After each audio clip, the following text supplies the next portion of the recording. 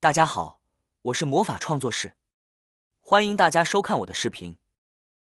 买黄瓜时要避开这5种，菜贩子从不给家人吃，可惜很多人都不懂。黄瓜既是蔬菜也是水果，吃起来脆嫩爽口，无论是洗净直接吃，还是凉拌或煎炒，都是特别美味的选择。黄瓜一年四季都能买到，但除了夏天，其他季节我们吃到的多为大棚种植的，往往并非应季的。在这里难免会有一些不法的菜农，为了增加黄瓜的卖相，缩短生长周期，给黄瓜使用激素或膨大剂。这样的黄瓜如果吃多了，对身体健康是有害的。因此在购买时，我们需要格外小心，尽量避开这些不良产品。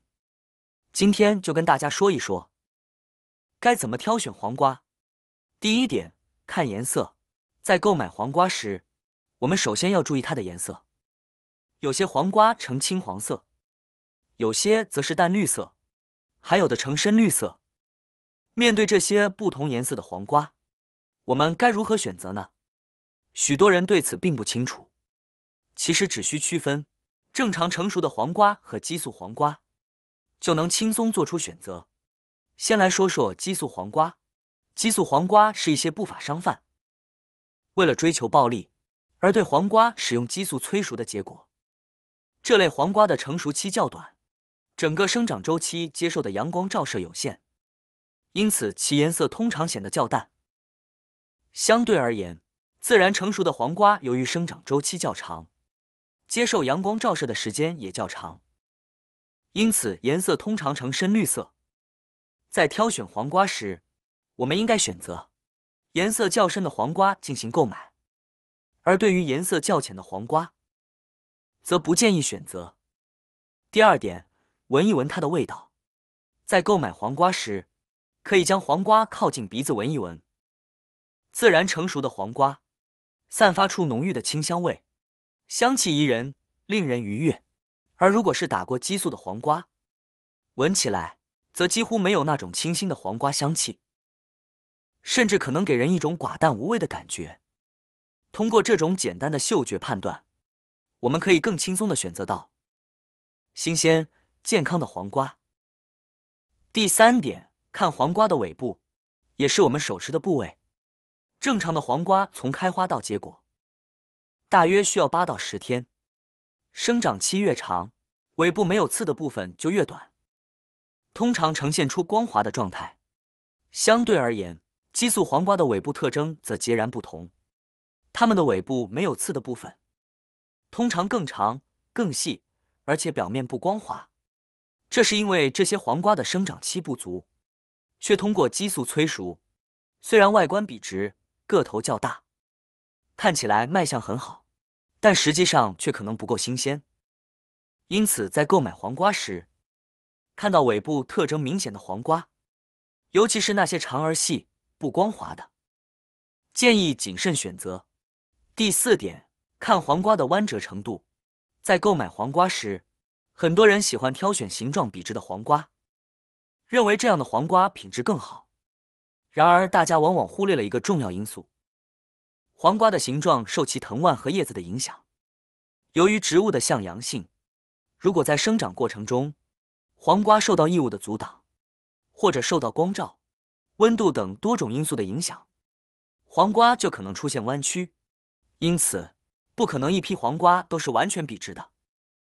那些看起来非常笔直的黄瓜，虽然外观吸引，但有可能是经过人工干预的结果，甚至可能是打了激素的催熟黄瓜。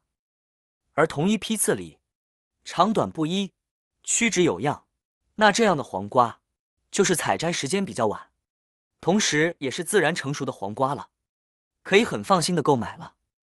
第五点，观察黄瓜身体上面的这些黄瓜刺。平时我们购买黄瓜的时候就发现了，黄瓜它的浑身都有这种的黄瓜刺，尤其是在藤上的时候，这种刺非常的尖，非常的细，用手摸一摸，扎起来那才叫真疼。但是家里面种过黄瓜的朋友都知道，这种黄瓜刺会随着黄瓜的成熟而慢慢的变粗，甚至是掉落。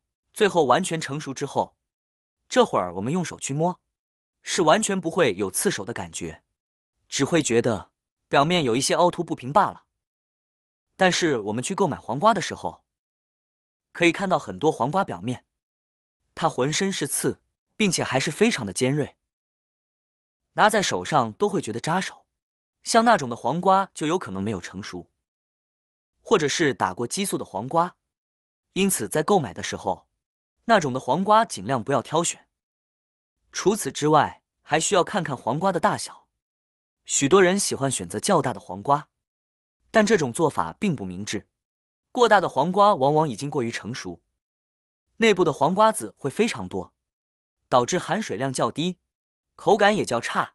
另一方面，过细或过小的黄瓜同样不理想，因为它们可能尚未成熟，吃起来可能带有苦涩感。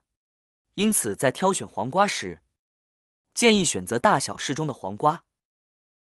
这样的黄瓜通常成熟度适中，口感更佳，水分充足，更能满足我们的味蕾。最后给大家总结一下，什么才是真正的好黄瓜？黄瓜不粗也不细，摸上去小刺不扎手，整体颜色翠绿，颜色越深越好，闻起来气味浓郁，尾部无刺，部分较短并且笔直，这样的黄瓜就是优质。没有打激素的黄瓜，反之就是激素黄瓜。您学会了吗？接下来我们来分享一个保存黄瓜的小技巧，这样在秋冬季节就不必再吃反季节的蔬菜了。反季节的黄瓜不仅价格昂贵，味道也往往不好。首先在保存之前，我们要按照之前的方法挑选出优质的黄瓜，只有这样黄瓜才更耐储存。如果不小心买到了激素黄瓜，储存期间可能还会出现长芽的情况。首先我们先准备一盆清水，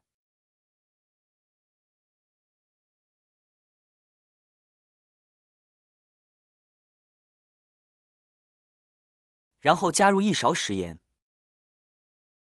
下手搅拌，将食盐搅拌溶解开，跟着把黄瓜放进来。由于这里我只是示范，正经泡黄瓜的时候，要准备一个大一点的盆子，或者是桶更好，把黄瓜完全浸泡住。这时候我们会发现，黄瓜表面会出现一些小气泡，这就是黄瓜本身的呼吸作用。用盐水浸泡，是因为盐水可以帮助黄瓜保持新鲜，防止腐烂，并且具有一定的杀菌作用。只需将黄瓜浸泡在盐水中即可。这种方法保存的黄瓜，即使放置10天到半个月也没有问题。而且使用盐水保存的黄瓜，在下次食用时口感更佳，颜色也会更加翠绿。在这个过程中，只需每3到4天更换一次盐水，非常简单实用。这个方法不仅能有效保鲜，还不占用冰箱空间，因此非常便捷。好啦，今天的视频内容呢就分享完了。喜欢我的视频的朋友们，记得点赞、转发、分享哦。希望可以帮助到更多的朋友。或许你有更多更实用的小技巧，欢迎评论区留言分享哦。点击我的视频头像，还可以观看更多的生活技巧。每天呢都会分享不同的精彩视频，别忘了关注我哟。